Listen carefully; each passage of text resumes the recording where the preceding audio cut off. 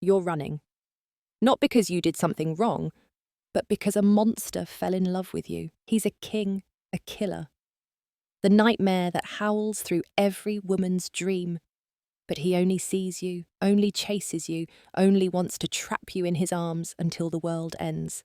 You tried to escape, tried hiding in the mountains, tried vanishing from your wedding, tried diving into a river under a full moon, but every time you failed, because you hear his thoughts, and now he's learned to say, want you instead of hunt you, until one night you told him, if you want me, then kiss me. Chapter 1. The Bond begins with resistance. How can such a weak human like her become the Lycan King's mate? You wake with a start, the chill biting into your bare skin long before your eyes fully adjust. Something's wrong. The sheets are too soft, the air too clean, and the scent masculine. Thick, woodsy, and primal, it invades your lungs before you can sit up. You freeze. Your fingers twitch against satin sheets, the material too luxurious, too unfamiliar. And then the second scent hits yours, tangled with his, marked. No, you jolt upright, heart hammering. Skin slick with sweat and something worse, fear. You scan the room. Marble floors, gold trim, impossibly high ceilings. A palace? No, a trap. This isn't your bed, your room, your world. This is his. And then you hear it, a deep hum of amusement. Not from across the room, from right beside you. He's already watching. The Lycan King, your supposed mate, reclines in a black velvet armchair, like sin carved into flesh. Shirtless, broad-chested, every muscle perfectly still, except for the curve of his mouth. You want to scream, you want to slap him, but most of all, you want answers. Where am I? The words barely rasp out, your throat dry as sandpaper. His eyes sharpen, not with concern, with delight. You're safe, he says, or maybe he doesn't. Maybe it's just a memory of the words you wish he'd said, softened by kindness. But there's no kindness here, only obsession. You scramble backward across the bed, dragging sheets around you like armor. You glance down, you're still in your clothes from last night, but everything smells wrong, like you'd been rolled in him. Your stomach twists. I don't know what sick joke this is, but I'm leaving. You swing your legs off the bed, intent on escape, but the second your feet touch the floor, a sharp wave of dizziness nearly topples you. He's there before you can steady yourself. One hand wraps around your waist, the other cups your jaw. The room tilts, and so do you. Careful. He murmurs, not aloud, but deep in your bones. You shove him away, but his grip is iron. He doesn't budge. Don't touch me. You expect anger. Instead, he laughs, not a harsh laugh, but low, like you just said something charming. You hate how warm your skin feels where his hands press into you. You don't remember what you said to me last night, he says, still holding you steady. You glare. I didn't say anything to you. I don't know you. His eyes darken. That's not what your scent said. You feel it then, the bond. Not love, not affection, a pull. A tether around your gut, tight and invasive. You recoil as if from poison. I'm not your mate. You are. 3 syllables. Unshakable. Final. You wrench yourself from his grasp and stagger backward, breath ragged. This is insane. He doesn't argue. He just watches, like a predator humoring prey before the chase. You called me husband, he murmurs. You freeze. No, I didn't. And you begged me not to leave. No. You said I smelled like the woods you missed as a child. Your stomach drops. Your mind screams liar, but your pulse flares with a traitorous flicker of memory. A whisper in the dark. A dream you don't remember having. You hate him for it. You drugged me. He doesn't flinch. You came to me. Why would I ever, because I'm your mate? That word again. As if it explains the invasion of your life, your body, your will. As if saying it enough times will make it true. You lunge for the door. It doesn't open. I'm leaving. You can't. I swear to the goddess, he's there again, faster than breath, hand braced against the door above your head, trapping you. You can feel the heat of him, too close, too much. You really don't remember any of it, he asks. You clench your jaw. There's nothing to remember. His gaze falls to your lips. Then I'll make new memories. You slap him. The sound rings like a shot. He doesn't flinch, doesn't even blink, but his eyes blaze, not with rage, but hunger. You wish it were anger. You know how to fight anger. I'm not your toy. You whisper. No.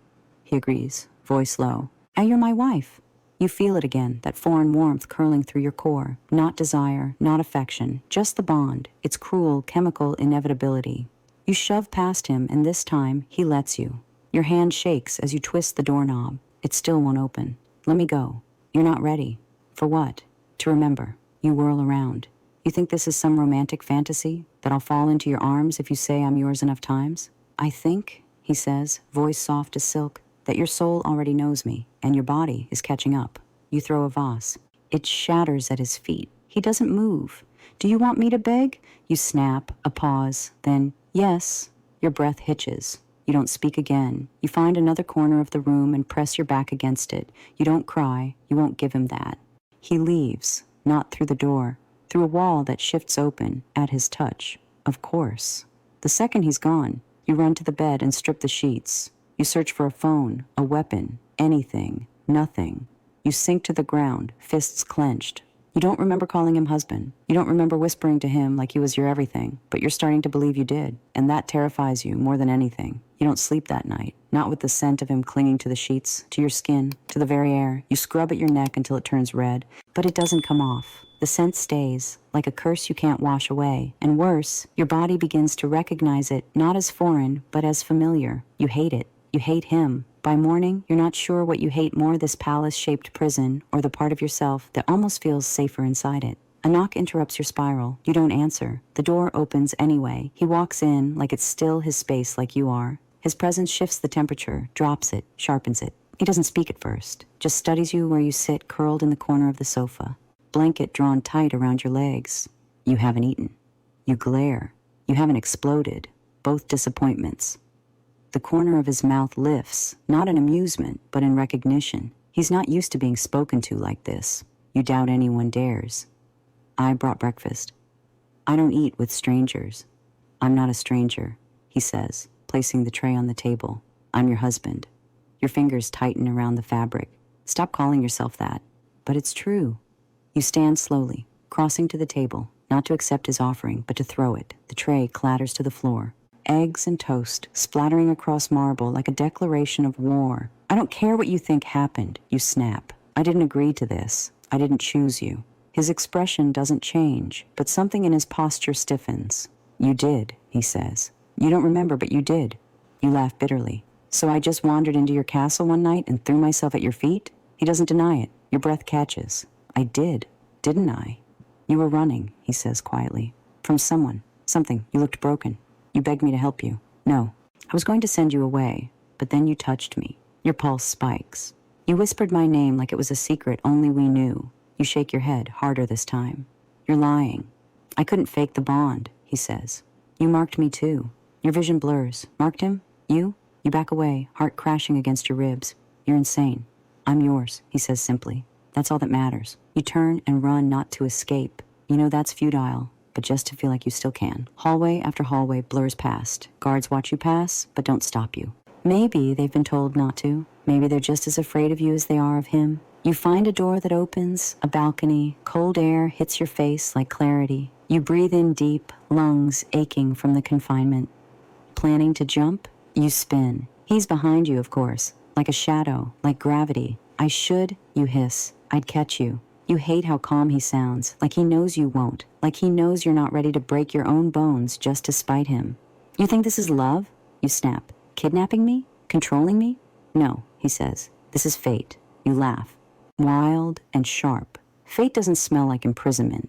He steps closer. You don't move, not because you're afraid, but because you want him to see it, that defiance, that hatred burning in your eyes. You don't smell like fear anymore, he says, because I'm not afraid. I'm furious. He nods. Good. Fear makes things messy.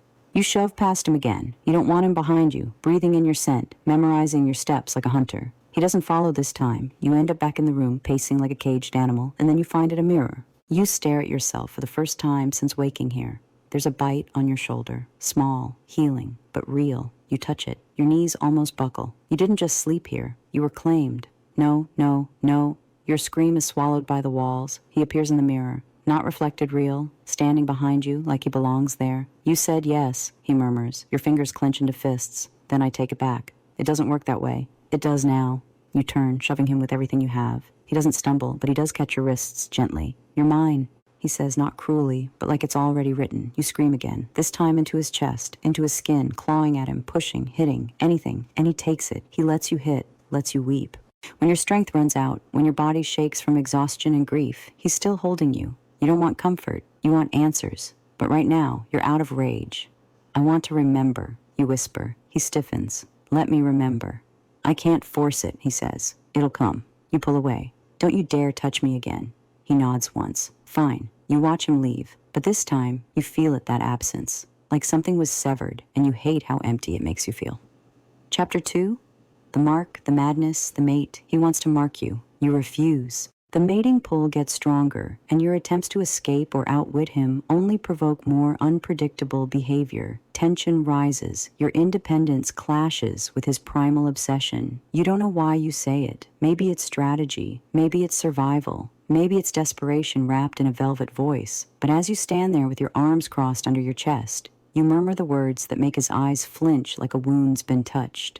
If you don't mark me tonight, they'll think you despise me. You let the silence settle in like smoke. His thoughts are too loud, even if you can't hear them. You feel them, scraping, spiraling, circling. You step closer, lifting your chin. You're their king, they follow your example. If you won't claim me, they won't acknowledge me. I can't keep walking these halls with their stares pinning me to the floor like I'm a mistake no one wants to own. His scent tightens in the air, dark, evergreen animal. His pulse flares behind his jaw.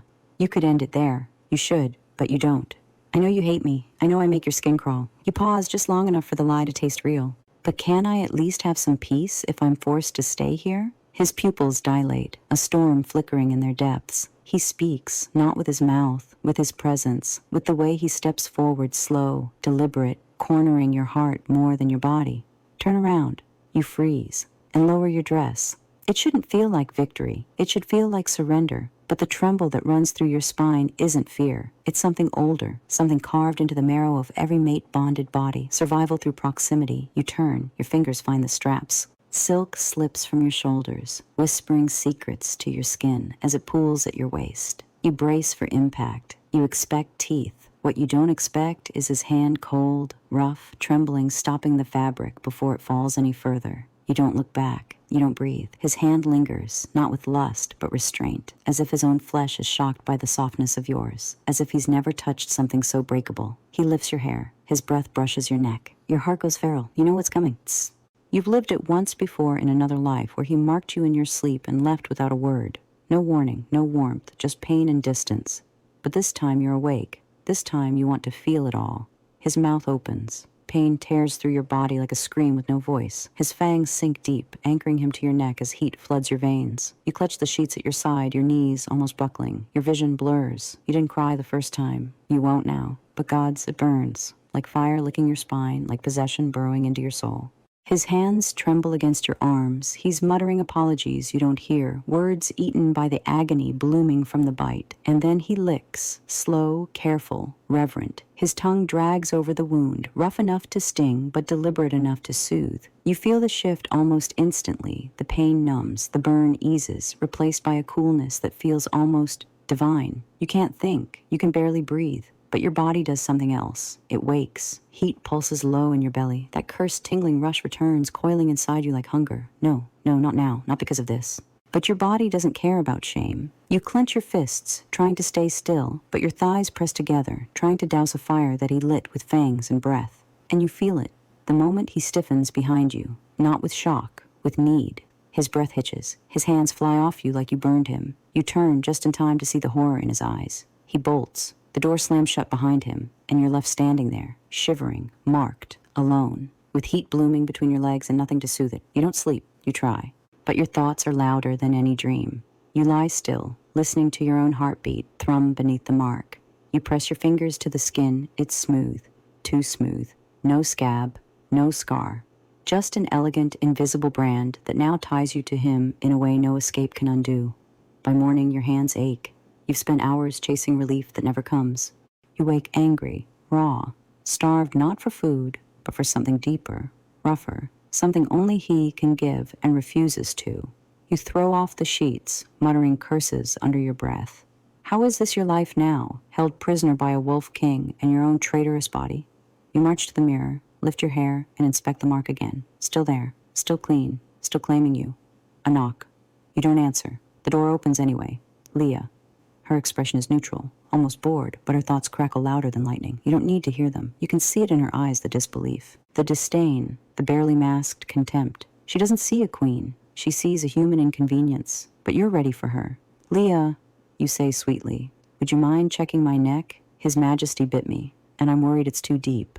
You turn slowly, exposing the mark like a jewel. The silence that follows is delicious. You can feel the gasp she doesn't dare let out. You don't need to read her mind to hear her unravel. The Lycan King marked you. The scent clinging to your skin is proof enough. And now Leah, the perfect, obedient, beast-born courtier, has to accept that the throne belongs to someone soft-skinned and breakable. She fumbles for composure, then murmurs, "You've been marked, Your Majesty."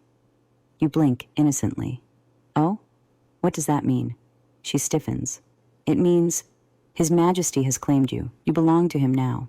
You nod slowly, as if the concept is brand new to you. Internally, you roll your eyes. Belong to him, as if you're a trinket on a leash? You know the history. The mark was meant to be a symbol of partnership, of protection, not ownership. But monsters rewrite meanings to suit their desires. And he is a king among monsters. You say none of this. You smile politely and thank her. By the time you're dressed, you're tired again, not physically, but emotionally. Every layer of fabric feels like armor you don't believe in. Breakfast looms. You hesitate in the hallway. They'll all be there, the guards, the servants, the beasts who look at you like a smudge on the throne. But today, things are different. You're marked. You step into the corridor and let them look. Some stare too long, some turn away. But the thoughts that leak through the cracks of their expressions surprise you. She's glowing. She looks different. Is she our queen now? You blink. Praise? You weren't prepared for that. You keep walking, chin high, spine straight. If they want to bow to you now, let them. You didn't ask for their loyalty, but you'll use it. Because this is survival, and survival needs power. You enter the dining hall. He's already there, sitting at the head of the table like carved obsidian, every line of him sharpened by tension. His fists clench, his jaw ticks. He's not even looking at you, but his whole body screams that he feels you. You sit. His scent spikes. The air shifts. His thoughts are loud again. You don't hear the words, but the heat pouring off him is impossible to miss. You reach for your glass, slowly, deliberately, letting your body stretch just enough to let the neckline of your gown dip, just a little, just enough. He swallows hard. You don't need to look to know. A slow smile curves your lips. You're not the only one suffering this bond. You didn't ask to be claimed. But if you're going to wear the crown of his bite, he'll wear the chain of your presence. You don't flinch when he gasps. You don't blink when his chair scrapes back with a screech. You sit there like the picture of grace, hands folded, lashes lowered, and a single tear glistening on your cheek like an accusation carved in glass. You don't have to scream. You don't have to beg. He breaks without a sound. You feel him sit back down beside you, stiff and trembling.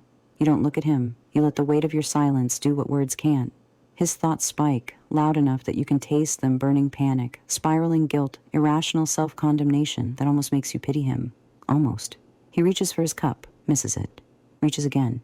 You place your hand gently on his, and he freezes. The entire hall watches. None of them speak, but their minds roar. She's calming him. She's touching the king. She's the only one who can. You press just a little harder, like you're grounding him. In truth, you're testing him, seeing how far you can push this wild creature before he bites. He doesn't bite. He breathes, long, shallow, like he's scared to move. You swear you hear the knife in his mind being lowered. You glance up at him, eyes wide, voice soft. You don't have to apologize. You let the rest trail off. Thick with implication. I thought maybe we could talk more, so people would stop thinking you hate me. His jaw tightens. I don't. You arch a brow, pretending you didn't hear that correctly. His thoughts scream. She thinks I hate her. How could she think that?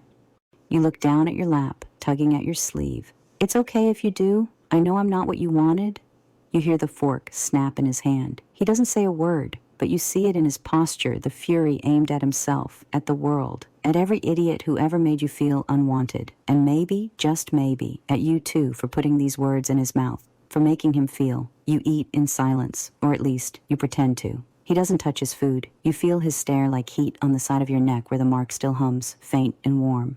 When the meal is over, he stands first, but not to leave. He walks around the table and offers his hand. Your breath catches, not because of the gesture, but because of the message behind it. He's learning. You slip your fingers into his and stand. The room goes dead silent. He doesn't let go. All the way back to your chamber, his hand stays wrapped around yours like he's afraid you'll vanish if he loosens his grip. When the door closes behind you, you expect him to pull away. He doesn't. You glance at him. Do you want to say something? You ask. I marked you. Your lips twitch. Yes, I noticed. He shifts his weight. Does it hurt? Not anymore. He nods, then hesitates. I didn't want to. You blink. I wanted to, but not like that. Not with you in pain. You study him? Then why did you?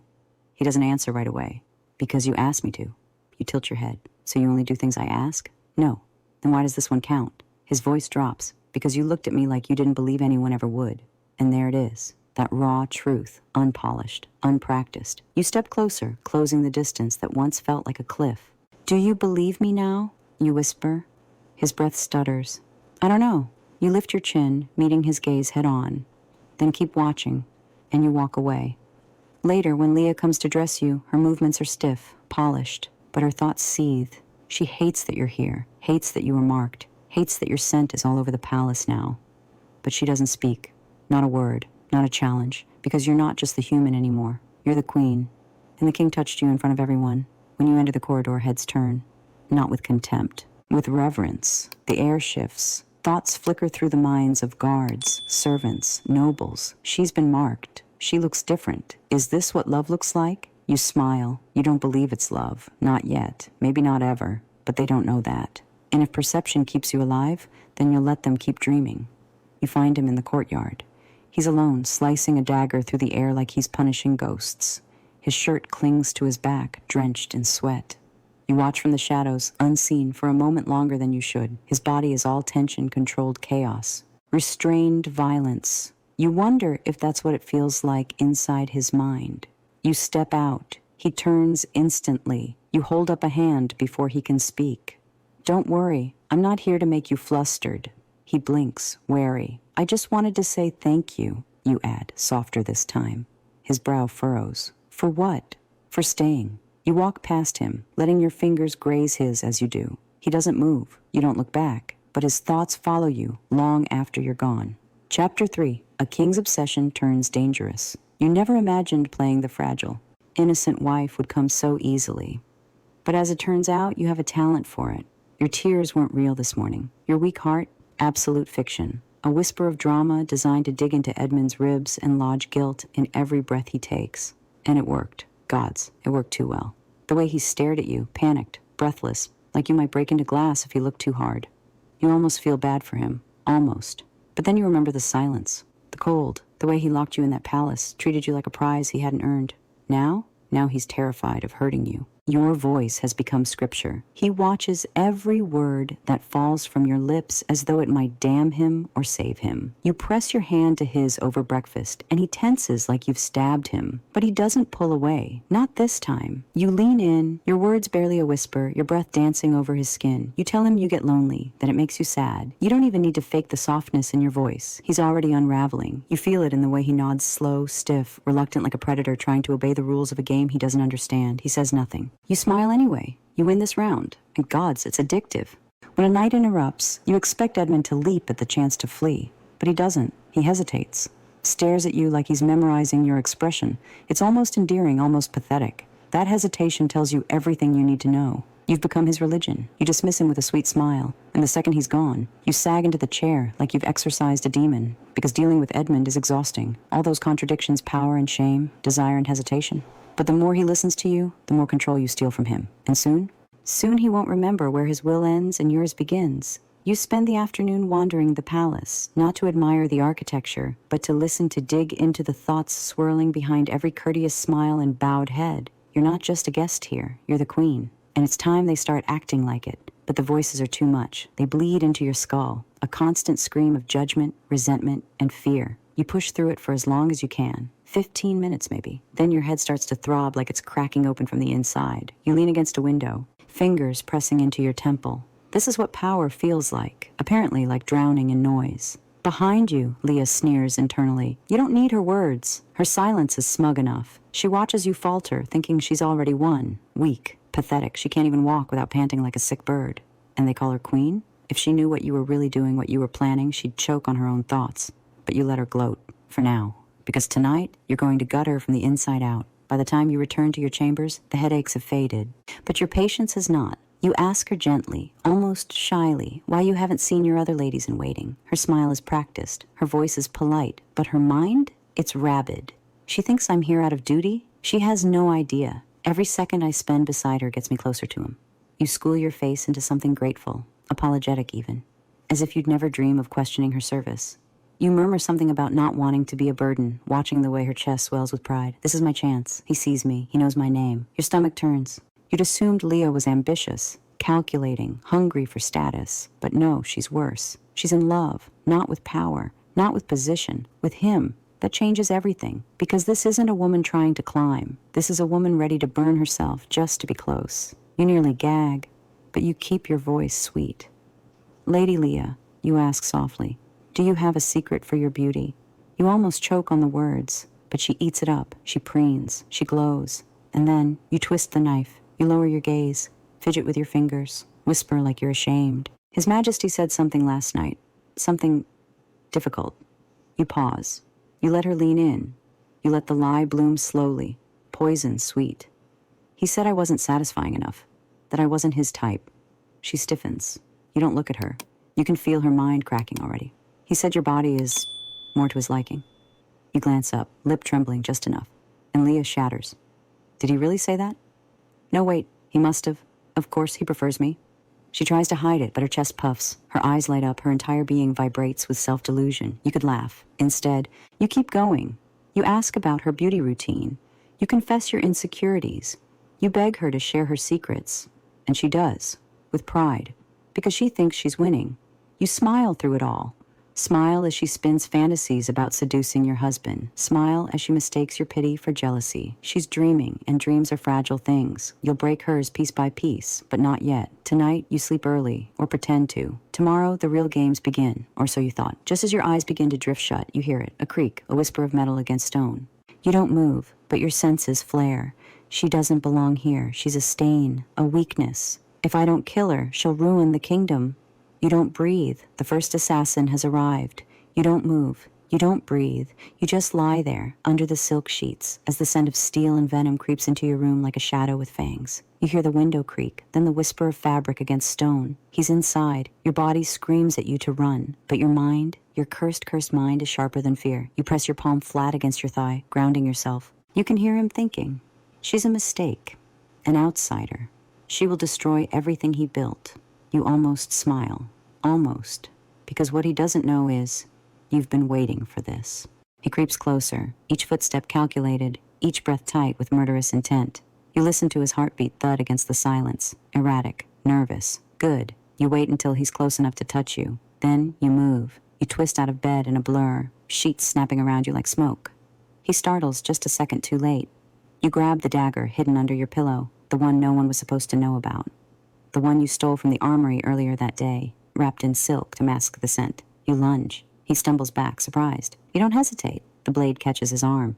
Not deep, but enough to bleed. He curses. You hear him think, she's not supposed to fight. She's not supposed to. And then you slam your palm against his chest, shove with everything you have. He crashes into the dresser, knocking over perfume bottles and porcelain. Then the door bursts open. Edmund is the first through, bare-chested, eyes glowing like frost and hellfire. You freeze not from fear, from the sheer, terrifying beauty of him when he's feral. You've never seen him like this before, not truly unleashed. He sees the blood, the man, the dagger in your hand. He doesn't ask questions. He shifts mid-step. Bones crack, muscles stretch, fur blooms over skin. He's wolf before the assassin can even raise a weapon. What follows is violence, pure, animal, catastrophic. You cover your ears as growls and screams blur together. The room becomes chaos. Furniture shatters. Flesh tears.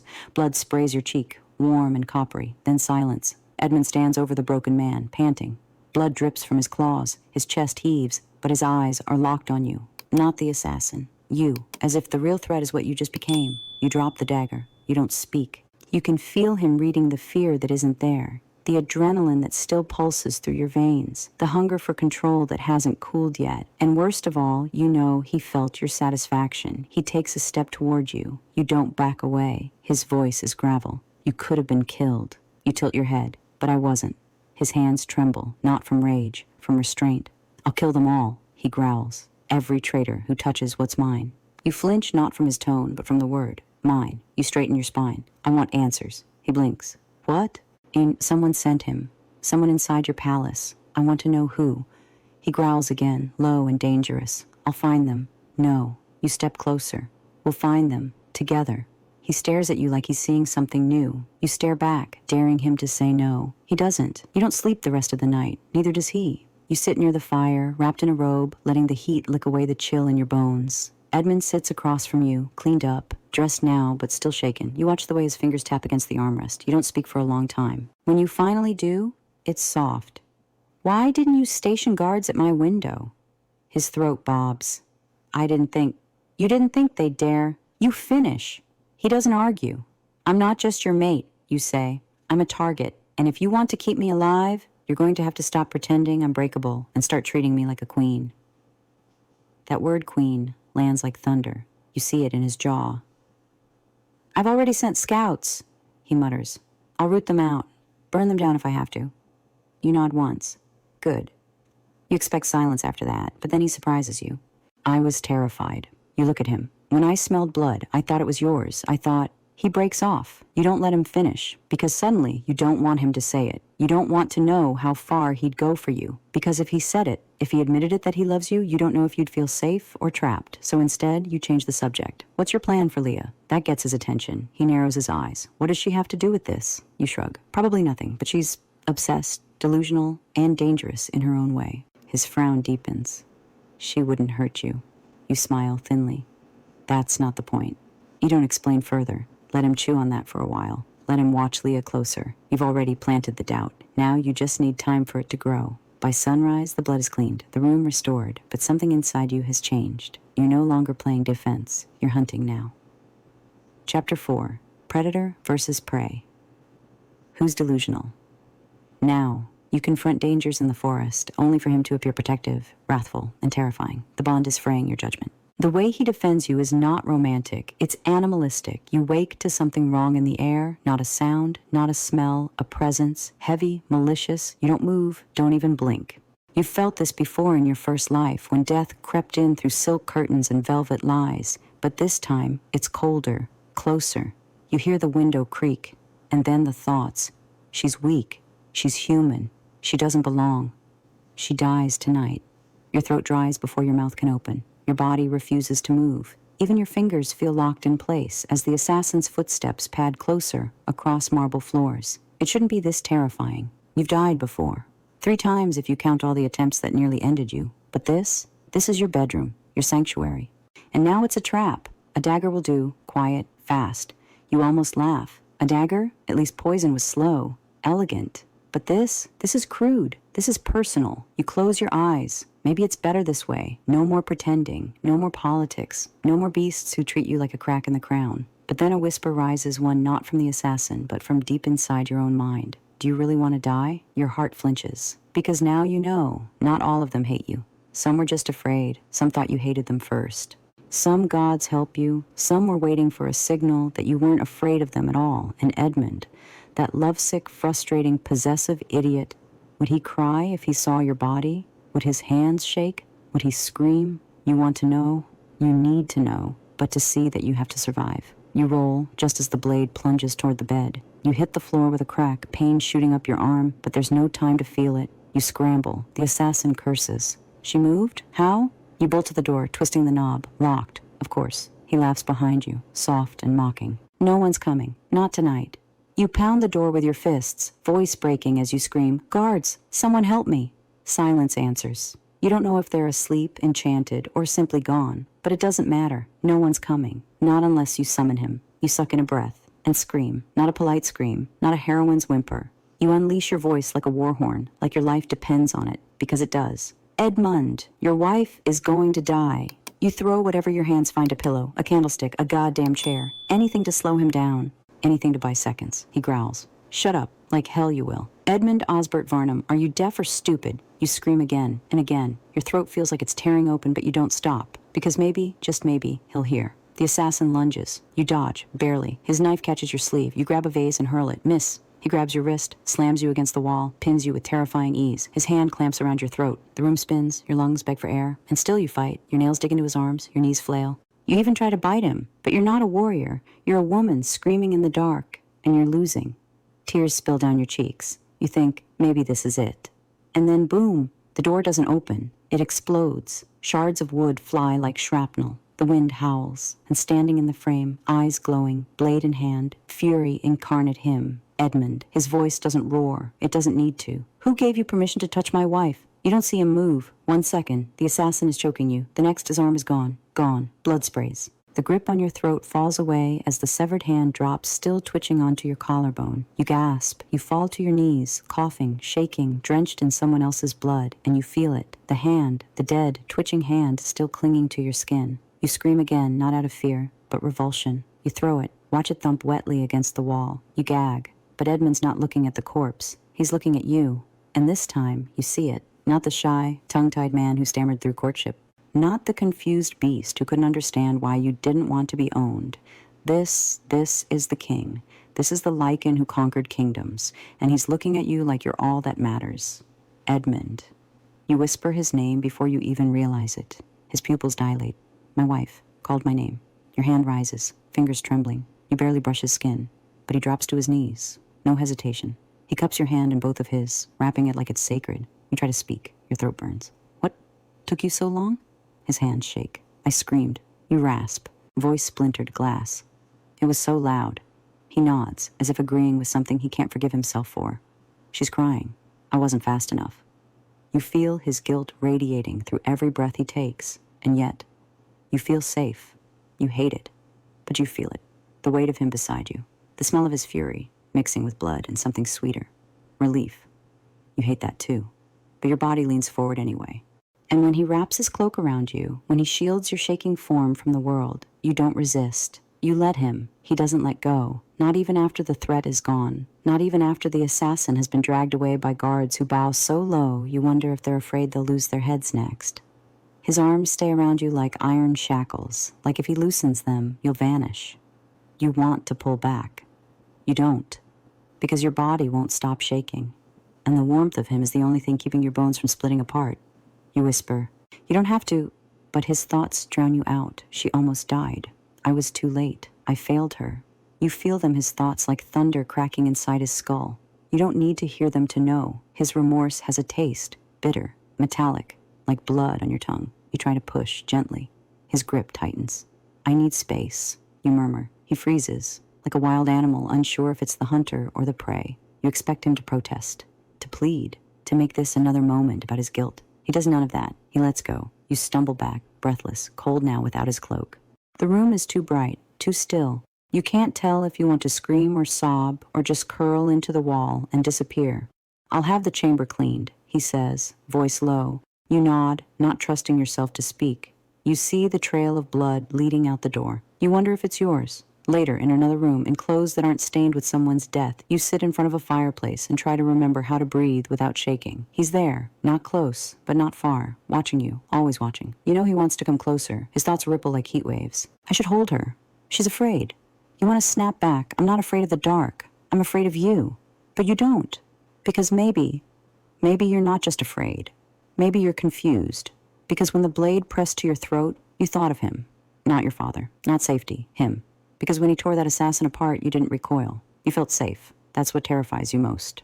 You glance at him. He sits like a statue, every muscle coiled tight, like he's trying to suppress a storm. You say nothing. You don't have to. His thoughts are chaos. She called my name. She reached for me. Is that real? Does she want me? You look back at the fire. You wish you didn't care about the answer.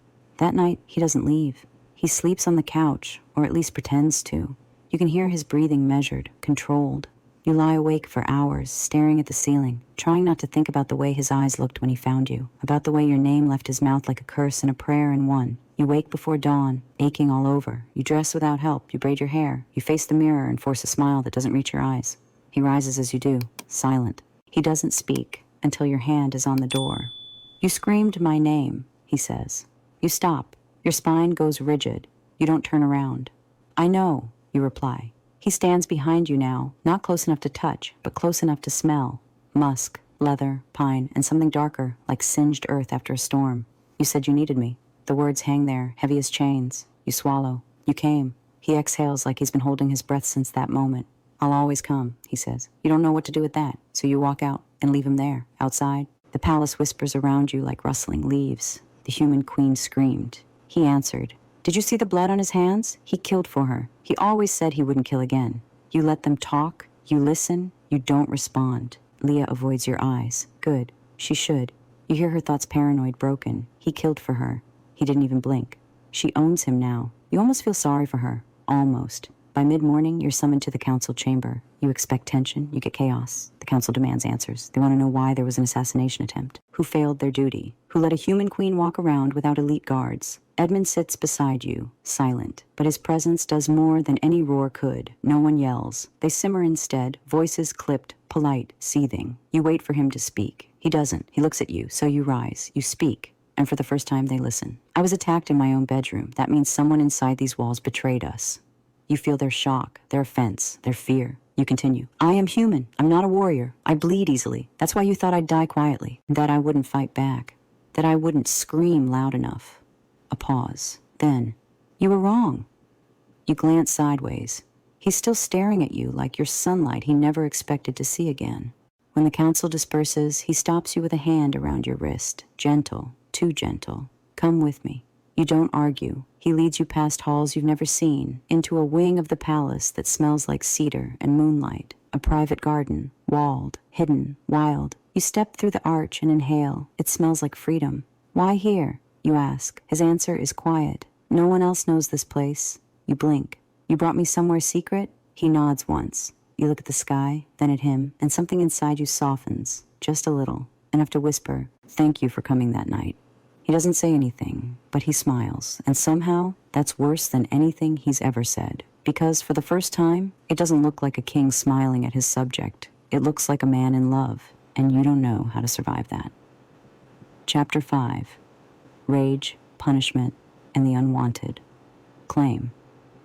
You become the reason Edmund punishes others. You're lifted, carried, scented, watched. The bond begins to form against your will, not through force, but through presence. You fear him less, but trust him no more. You hear the sound before you open your eyes, something sharp dragged across stone, slow and deliberate. You don't move, you don't breathe, because the scent of blood is everywhere. And when you do lift your lashes, you see it the man who tried to end you, on his knees, his breath ragged, his hand a bleeding stump, and in front of him Edmund, not the Edmund who stammered through dinners or winced when you cried. No, this one is different. This one is death. You want to speak, you don't, because he turns toward you. His eyes, the color of frost, meet yours. His voice is low, controlled.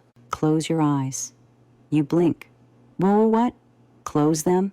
He repeats, sharper this time. I don't want you to see this. He doesn't say it out of kindness. He says it like a man who knows what happens next will haunt you. You hesitate, but you obey. Behind your lids, you hear the scrape of steel, the assassin's begging, the thud of flesh meeting stone. You hear your name, weak human, spit from the assassin's mouth, then silence, then crack. Your heart jumps. You know he's moved. You know Edmund's hand is around that man's throat, and even though you cannot see it, you feel the violence in the air. It's thick, electric, alive. No one breathes. No one speaks. The next thing you hear is a body hitting the wall, then the scrape of a sword being drawn. You press your hands tighter to your ears. It doesn't help. You still hear it. You hear the way Edmund's voice drops into something animal. You want to kill my wife? Another blow, a scream, a mask torn off, a final judgment passed, and then nothing. Nothing but the sound of blood trickling across tile. You open your eyes only when you can no longer hear movement. Edmund stands in the middle of the room, panting. His sword drips. The man who tried to kill you lies in pieces, one of them still twitching. You gag, but not because of the violence, because you weren't afraid. Not of the killer, not even of the king. You were afraid of how safe you felt, and that's worse. He turns to you, and you see it all over him. Panic. She saw too much. She'll hate me now. She's shaking. I ruined it. You try to rise, but your legs crumble. Your body refuses to obey. The tremble inside you is constant now, like your bones are vibrating apart. He crosses the distance in 2 strides, lifts you without asking. You flinch. He stops. Doesn't set you down. Just pauses like he's afraid even your breath might break. Then, softly, you can open your eyes once we're out of here. The calm in his voice shouldn't soothe you. But it does, and you hate that too. The hallways blur. His arms hold you tightly, but not cruelly. Your cheek brushes his chest. His scent seeps into your skin like forest after rain and something darker beneath. You peek up at him once. His jaw is clenched so tight, you wonder if he might crack his own teeth. And then you hear it. She's still trembling. I should have come sooner. I'll kill them all. I'll burn the kingdom down if she cries again. A soldier approaches, eyes wide. Your Majesty, the assassin. He's dead. Edmund cuts in, voice ice. Get rid of him. Prepare another room. This one's defiled. You blink. Just like that, your bedroom, the one you've had for 5 years, is gone. Erased. No funeral. No farewell. Just a memory soaked in blood. And maybe that's fair. You close your eyes again. Not from fear. From exhaustion. Your head lulls against his shoulder. You don't mean to lean into him. You do anyway. He doesn't put you in a new room. He carries you straight into his own. And when you finally lift your head, you stare. This isn't a room. It's a cathedral. Gray stone. Black velvet. A bed big enough to drown in. Firelight flickering across silk sheets and arched windows. But it's not the size that stuns you. It's the scent, his scent. Vanilla, smoke, aged wine, all of it wraps around you like it belongs inside your lungs. You're not supposed to like this. You're not supposed to want more of it. But your body relaxes before your mind can protest. He sets you on the bed like you're made of glass. "I'll take the couch," he says. You look at the massive mattress beneath you, at the space, the silence. "Why?" you ask. "There's enough room for both of us," you murmur, his eyes narrow. "That's not the point." "Then what is?" He glares. "Don't touch me." Your breath hitches. Because for a split second he looked just like the assassin. You clutch your chest, dramatic but not entirely false. He panics instantly. Did I scare you?" You don't answer, just tremble harder. And as you hoped, his thoughts spiral. She's scared again. My fault. Always my fault.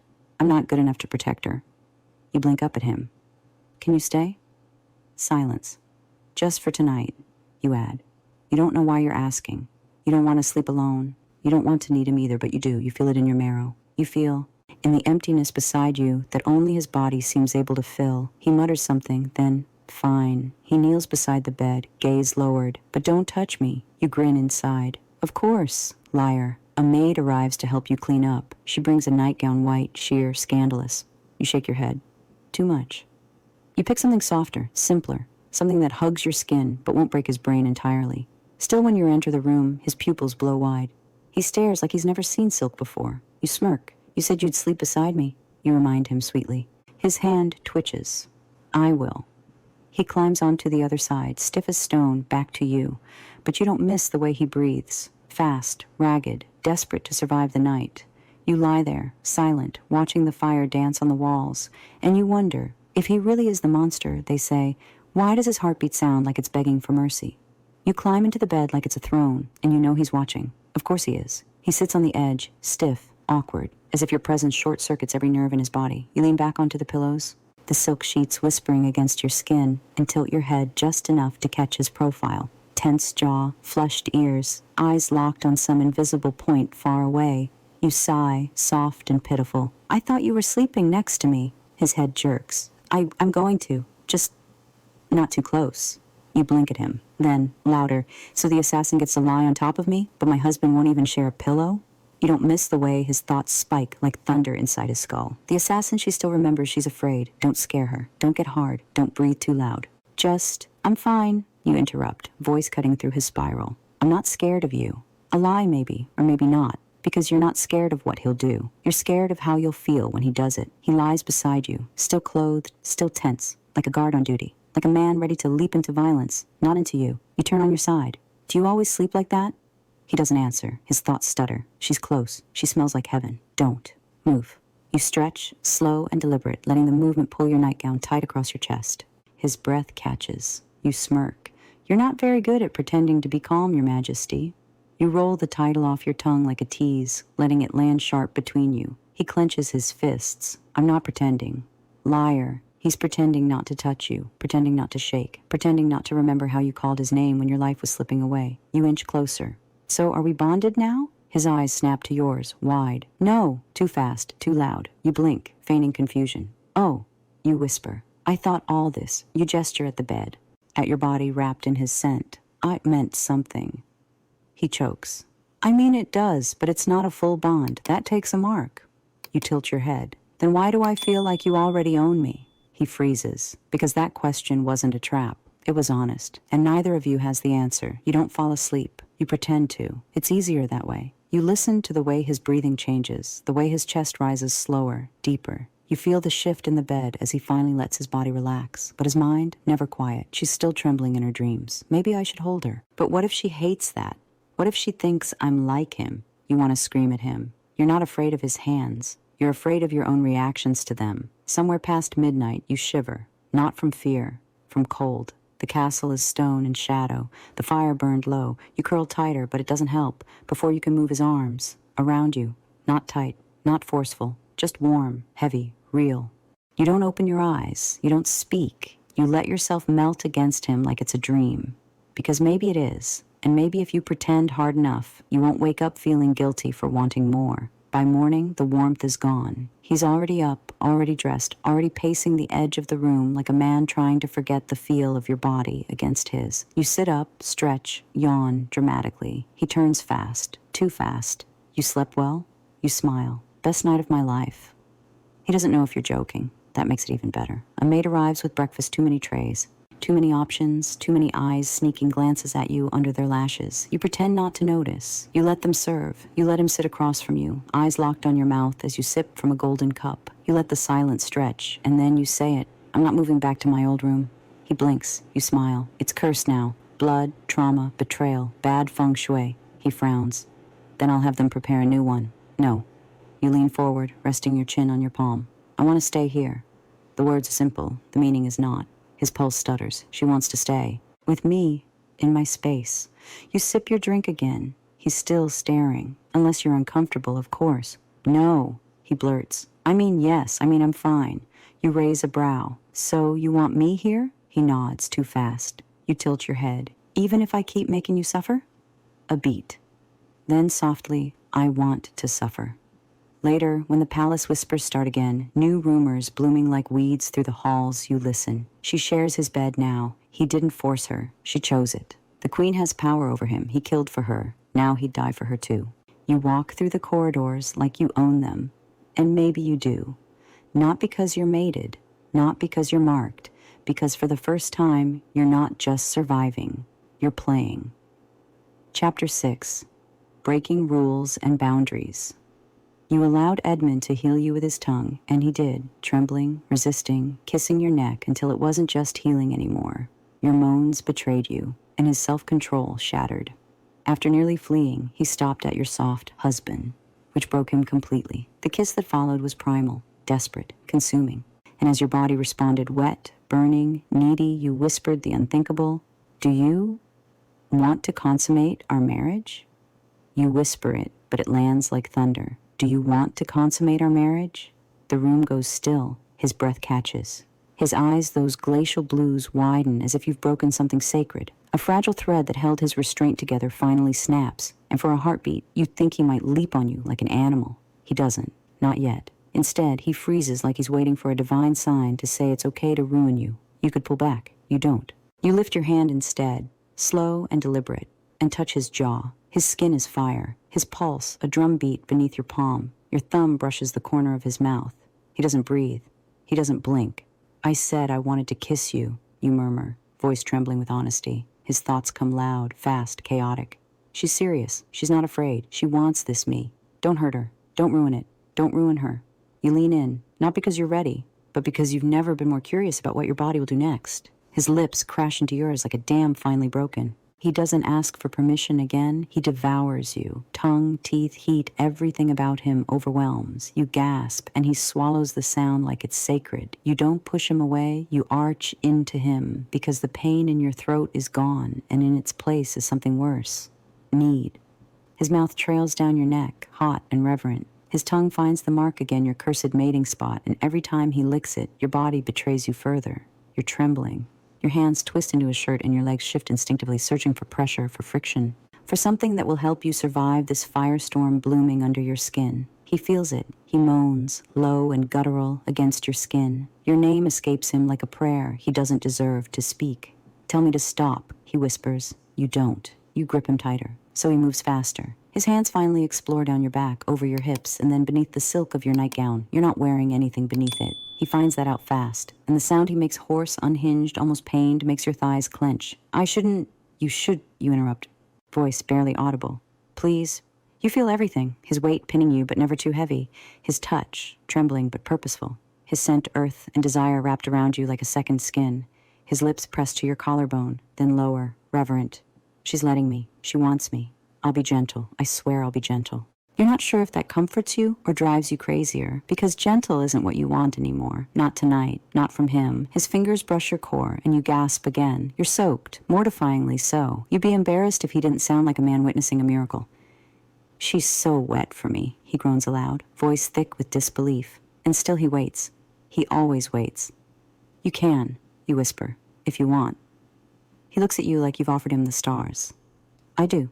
"Then show me," you almost say, but you don't get the chance. Because he's already moving again, already kissing you deeper, already settling between your legs. When he finally pushes inside, your body arches. It hurts. God, it hurts. He's too big, too much. But he stops immediately, frozen, panting, shaking with restraint. "She's in pain. Pull out, pull out, pull out." "No," you gasp, holding him there. "Just give me a second." He's trembling. You're trembling. You've never felt so full, so claimed, so raw. But you don't let him go. You force yourself to breathe, to adjust. His hand finds yours, clutches it. "I'll stop if you say the word." You shake your head, and so he begins to move. Slow, gentle, almost reverent. But the gentleness doesn't last, because your body begins to respond. You move with him, around him, against him. The pain fades, replaced by something else. Heat, pressure. A coiling tension that threatens to snap at any second. You cry out, and his name escapes you again and again as he drives into you with growing desperation. Time melts. The world contracts into the space between your bodies. Your heartbeat stutters. Your vision blurs. And when you finally fall together, it's not quiet. It's chaos, breathless, wild, perfect. He doesn't pull away. He stays, holding you, panting with you, sweating beside you. And for a long time, neither of you speaks, until, soft as a ghost, "You called me husband." You smile. "I did." His arms tighten, and finally, he whispers, "Then let me be one." You don't answer. You just hold him tighter. You feel his lips crash against yours, and everything else vanishes.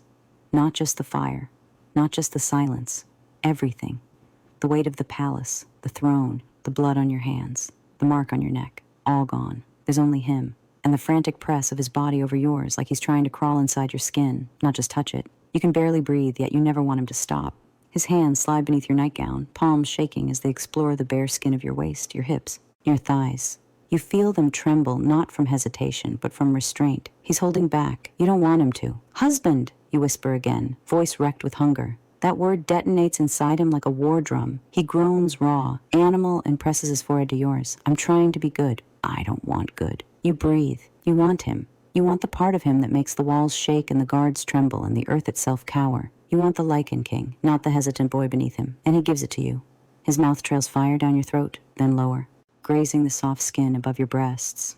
Your pulse hammers against his lips. His tongue follows it. Every touch feels like lightning arcing beneath your skin. You're already soaked again, and he hasn't even "Wait," he says suddenly, breath ragged. "Are you sure?" You blink. You expected him to just take you, to lose control and let the bond win. But even now, trembling, panting, painfully hard, he asks. You nod. He doesn't move, so you whisper, "Please." He shatters. His hands part your thighs slowly, reverently, as if he's handling something sacred. He sees the slick between your legs and sucks in a breath. I want to taste you," he confesses. You freeze. Then slowly, you nod again. He doesn't wait. When his mouth finds you, you arch off the bed like you've been struck by divine fire. You've never felt anything like this, not even in dreams, not even in fantasy. He moans against you, hungry, lost, as if your taste alone could sustain him for eternity. Your fingers thread into his hair, tugging, anchoring. Your thighs clench around his head, but he doesn't seem to mind. If anything, it drives him harder. You're shaking, you're crying. You're coming your first real orgasm, helpless and raw, breaking you open from the inside out. He doesn't stop, not even when you beg. When he finally comes up for air, his lips are slick with you. His eyes are wild, his chest heaving. You pull him up and whisper, "Now." He positions himself between your legs, but hesitates again. "I don't want to hurt you." You cup his face. You won't. And if he does, you don't care anymore, because it's not just about desire. It's about power, about choosing this moment, this bond, this madness, before it chooses you. He nods once, and then he's inside you, The stretch burns, it hurts, but it's also everything you wanted. Your body accepts him inch by inch, and you gasp, clutching his shoulders as he buries himself fully. He doesn't move. He waits. You meet his eyes. Move, you whisper, and he does. He begins slow, tentative, but as your moans deepen, as your nails rake down his back, as your thighs wrap tighter around his waist, he begins to lose himself. Every thrust is harder, deeper, wilder. You match him. Your hips meet his with desperate rhythm. Your breath mingles with his. Your heartbeat stutters with every collision. He groans your name, like it's the only word he's ever known. You cry out his title, like it's a spell. It's not just sex, it's war, it's worship, it's surrender. Your climax builds again stronger this time, a tidal wave that pulls everything else under. You crash into it with him, limbs tangled, voices raw. And when it ends, when the world stills and silence returns, you lie there, panting beneath him, both broken, both whole. He collapses beside you, one arm still draped over your waist. Neither of you speaks. There's no need, because for the first time, there is no push or pull, no rejection, no fear, only heat, only choice, only the slow, terrifying realization that something irreversible has happened. You gave yourself to the Lycan King, and you liked it. Chapter 7, The Collapse, before the submission.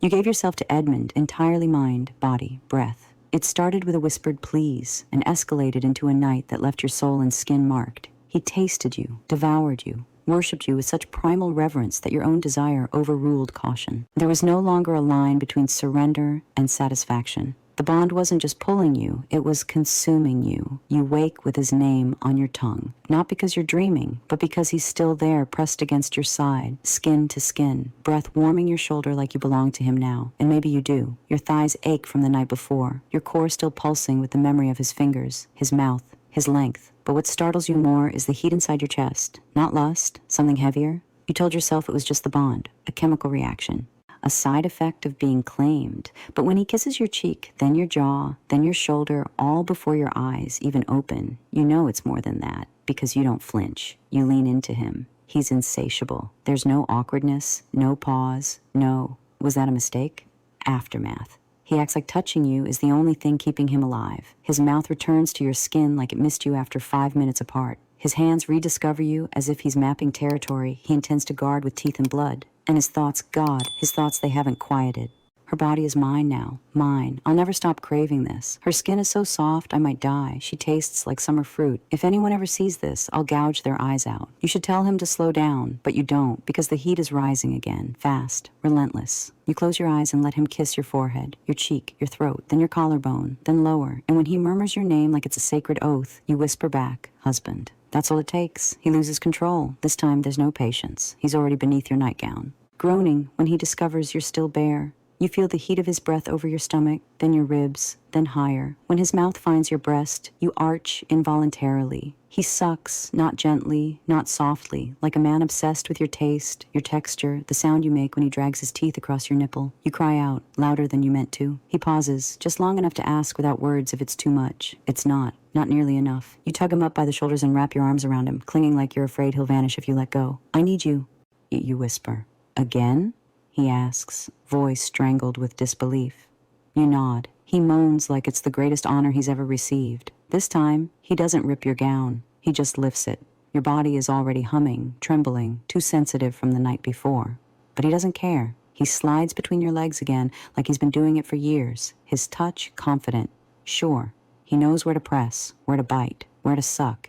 You writhe under him as his tongue traces the same path again, lingering at your clit, teasing, circling, tasting until your vision starts to blur. He murmurs things against your skin, praise, obsession, addiction. She's so wet again. I'll never get enough of her. I could die here and be happy. Then his fingers slide in and everything burns. You don't know how many times you come. You lose count. It doesn't matter. Because every peak brings you closer to something terrifying, something permanent. You're not just falling for him anymore. You're falling into him. And when he finally enters you again, body hot and trembling with need, it feels different. Not just lust, not just bonding. Something quieter, more dangerous. Trust. He kisses you through it, holds you when you shake, whispers your name like it's the only thing keeping him grounded. And when you both collapse again, bodies tangled, hearts racing, you hear it. A shift, a pause in his thoughts. Then, I love her. You freeze. You don't think he meant to think that. You don't think he even realizes he did. You don't say anything. But your heart stumbles. Because maybe you're not ready to hear it out loud.